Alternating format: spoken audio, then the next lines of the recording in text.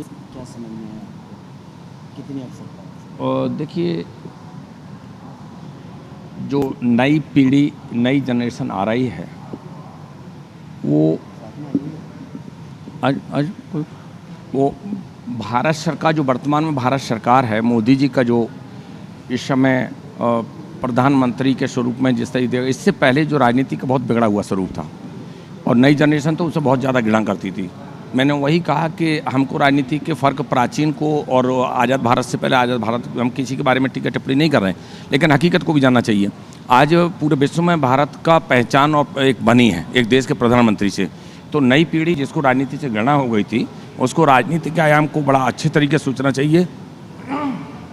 राजनीति ही सारे तालों की चाबी है और उसमें जो नई पीढ़ी है उसको आना चाहिए, वही देश के कर्णधारक है। और ये पाठशाला जिस तरीके से अजय पांडे जी, उनकी टीम ने ये प्रारंभ किया है, ये पाठशाला, ये एक अच्छा मैसेज है।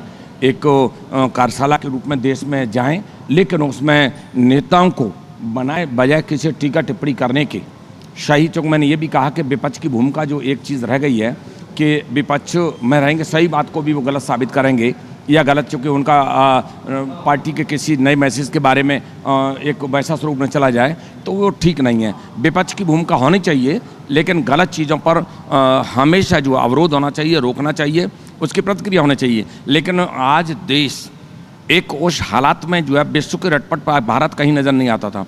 चाइना हो, जापान हो, कनाडा हो, कोरिया हो, अभी अमेरिका, वाइट हाउस में कभी मौका नहीं मिला।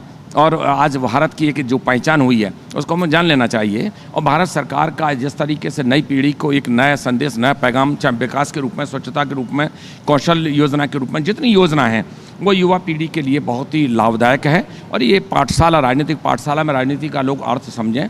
राजनीति का अर्थ खाली स्वार्थ का ही नहीं है, अपने उद्देश्य की प्राप्ति के लिए नहीं है।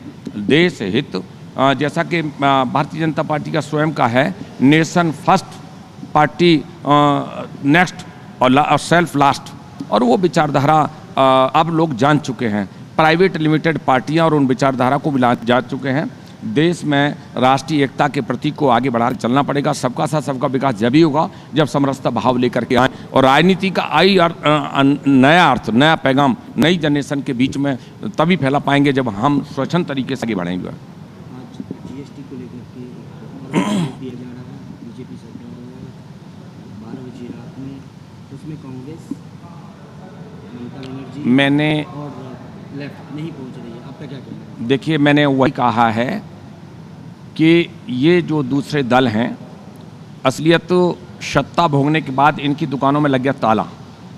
और जीएसटी एक ऐसा टैक्स है जो भिन्न भिन्न टैक्सों में, कस्टम एक्साइज है, सेल टैक्स है, इनकम, मतलब भिन्न भिन्न टैक्सों में करके प्रोडक्शन पर या उसके उपभोक्ता पर एक इतना भार पड़ता था कि उससे लोग दुखी होते थे। जीएसटी को लोग समझ नहीं पा रहे हैं। जीएसटी को लोग समझेंगे तो ये देश हित में है, उपभोक्ताओं के हित में, व्यक्ति के हित में है। और इसके लिए कांग्रेस की बहुत बड़ी पहल चल रही थी, लेकिन उसका श्रेय भारतीय जनता पार्टी को न मिल जाए, वो इसलिए पीड़ित हैं कि श्रेय से एक नया पैगाम देश में चारों तरफ भारतीय जनता पार्टी और भारत सरकार की एक रूपरेखा, कार्यशैली के बारे में जिस तरीके के लोगों में जज्बात आए हैं। अब कल मोदी जी गुजरात में थे, जिस तरह का सैलाब था, मोदी जी जो है विश्व के किसी कोने में जाते हैं तो लगता है कि सैलाब था। ये भारत सरकार की नीति है। इन तीनों पार्टी का नहीं आना, आप उसको क्या नाम क्या दे रहे हैं? राजनीतिक या कुछ और कारण?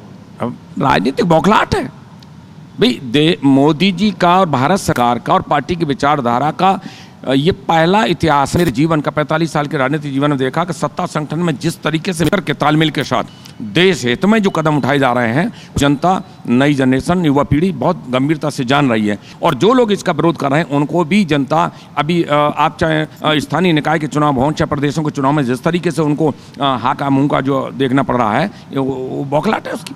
मीरा कुमार जी को राष्ट्रपति चुनाव के लिए उम्मीदवार बनाया गया।